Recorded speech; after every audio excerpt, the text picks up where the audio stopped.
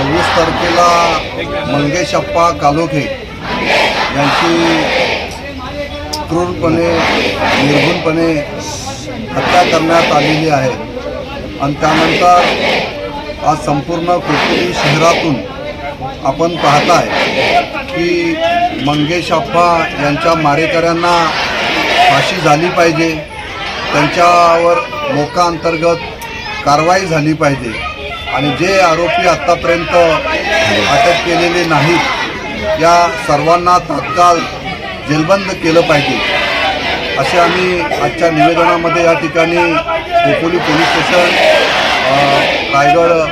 SP madam यांना सुद्धा सगळ्यांना निवेदन आज या ठिकाणी देण्यात आलेलं आहे। आजचा कॅन्डल मार्च आपण सारेजण पाहताय की मोठ्या संख्येने महिला भगिनी रस्त्यावर उतरलेल्या आहेत। मंगेश अप्पा एक सामाजिक कार्यकर्ता म्हणून या संपूर्ण खोपोली शहरामध्ये अतिशय सामाजिक बांधिलकी जपत काम करणारा हा माझा सहकारी, हा माझा कार्यकर्ता, अतिशय निष्ठावंत कार्यकर्ता म्हणून शिवसेनेचं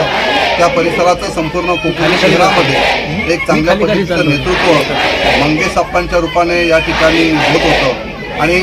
या नगरपालिकेच्या निवडणुकीमध्ये विजयी झाल्यामुळे